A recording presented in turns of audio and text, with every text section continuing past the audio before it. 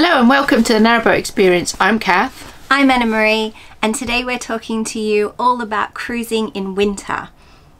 Or not cruising in winter, because you might want to give it a miss. Yes, we've been on our narrowboat for 4 years now, and we have done every type of winter. Yes. We've done the snowy winter, the rainy winter, the 3 storms in a row winter. Which was also the windy winter. Yes. We have moored up during winter with a winter mooring. We have stayed in a marina or a home mooring during winter, and we have continual cruised in winter. So we thought we would give you our verdict and share that bit of information with you today. So first of all, when you are cruising through winter, you have to consider how muddy the towpath is going to be, and that is whether or not you have a winter mooring or your continual cruises.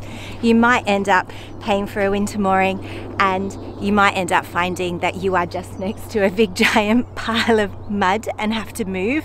And conversely, you might be continual cruising and you think, oh, this is a lovely spot for 2 weeks, but then you find out that actually it has a big mud paddle and a heap of joggers go past you every Saturday and redecorate your boat with mud. So those things are the same. I would imagine in a marina, definitely at our one, we never had a problem with mud or dirt. So that's kind of one tick. If you don't like muddy boots and you don't have wellies, then definitely stay in a marina for winter.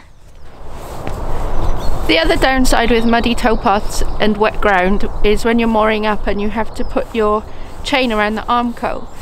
So it could be beneficial to have something like this, grab a tool, so that you don't have to actually kneel in the wet ground, or a mat maybe to put under your knee.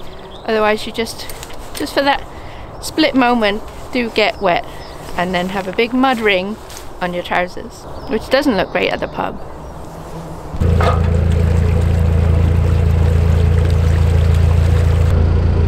Obviously, when you're moving in winter, you do have to be more mindful of the Canal and River Trust winter maintenance programme. So there will be planned stoppages from November until the middle to the end of March. So you do have to check before you move your boat. You also should check every moving day to make sure there's not any unplanned stoppages, because if there's storms like we've had this year, trees will be down, there could be landslides, flooding. You need to be aware of what you're going to come across on your cruise. We've done quite a bit of moving this winter, so if you want to see those videos, make sure that you're subscribed now so you don't miss out. Whilst we're talking about moving, I think we've got our outfits down pat. I like to wear this full head scarf and a cap because you do get winter sun, which is quite bright and glary. For the gloves, we've gone with these Arctic flexi gloves, the workman gloves. They're really good for handling the ropes. They're waterproof and they're thermal. So they've worked out really well for us, and they only cost us about £3. I'm sure there's cheaper ones available, but I'll put a link to these in the description below. As for our feet, after lots of advice from you guys, we've found some heated insoles. These charge via USB and fit nicely in our shoes. We got a little remote control to turn them on, and that keeps us nice and toasty warm on a cold day like today.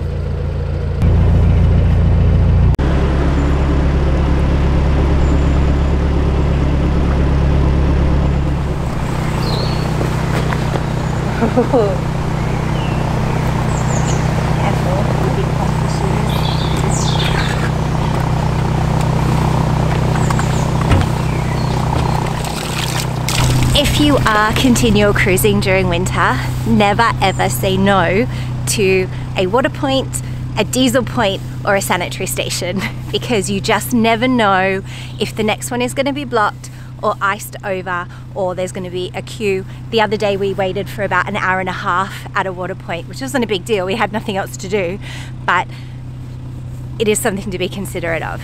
It's very important in the cold weather to keep your diesel tank topped up to avoid condensation and risk of diesel bug. Yes. It's also a good time to be putting additive in when you fill up. Yes. And it's important to keep your water topped up, not because our tank necessarily is going to freeze, because we've been quite lucky we haven't been frozen in, but the taps do actually freeze. While we have been CCing, that's never happened to us. However, when we were in a marina, we ran out of water, and that's not because the boat was frozen, it's because the taps on the marina were frozen.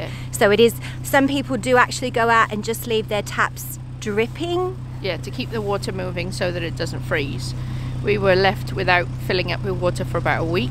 Yes. Luckily we were, as we say, in a mooring. There was a toilet block and shower and everything so that we could keep clean, and we had bottled water basically. Yeah, but it is something to consider whether you're planning to be in a marina over winter or even a winter mooring.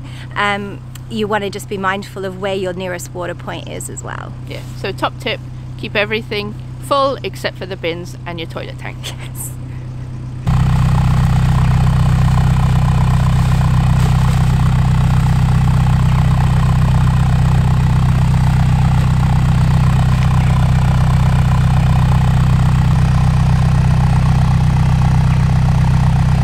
We actually passionately believe in recycling. We have, if you've seen the inside of our boat, we have a whole recycling centre under our steps, and we think it's really important to store it up until you actually find somewhere that is appropriate to get rid of your cardboard and your plastics. Sometimes it's not that easy, and your boat is not going to look perfect. If you have your own mooring, then you probably have somewhere that you know is reliable to recycle your rubbish. In this case, there does look like there's a recycling bin, so we're going to get rid of all of our recycling here. When you're traveling in winter and you have some locks to do, it's quite different from summer or spring or autumn, because the locks are just that much colder. The metal's that much colder on your hands. You have to wear gloves, and the grass is slippery, the surrounds are slippery, and there's not always volunteers on the locks in winter as much as there is in summer, and it's just a different pace. Whereas in summer you're like doing the locks and you're sitting around and wandering around, and it's sunny and beautiful, and even though it's sunny sometimes in winter, it's not always pleasant. So that is something to consider if you've got a few locks to get through and you are winter continual cruising. When you're mooring up in winter, your considerations are slightly different than those in summer. In summer, you're looking for a tree for shade, whereas in winter, certainly when there's high winds, you probably want to stay away from the trees so that the tree doesn't get blown over and land on your boat. Obviously, along the canal, there's lots of trees, so that can actually be quite tricky. The other thing to bear in mind is that in periods of heavy rainfall, which can also happen in summer, you probably should keep your mooring lines a little bit looser, just to compensate from the change in water levels.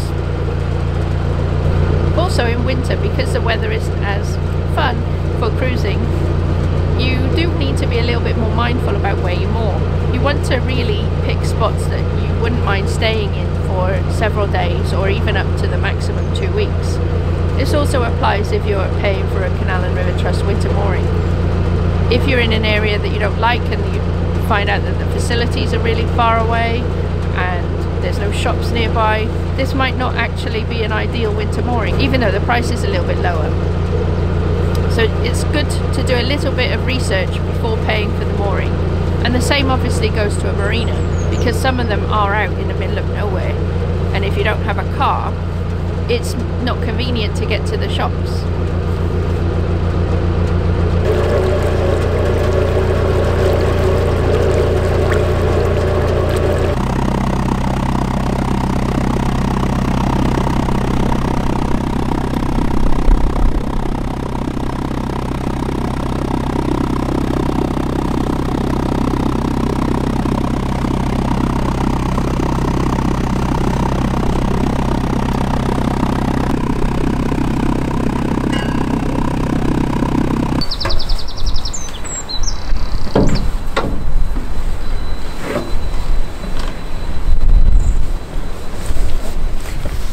so much for watching today's episode.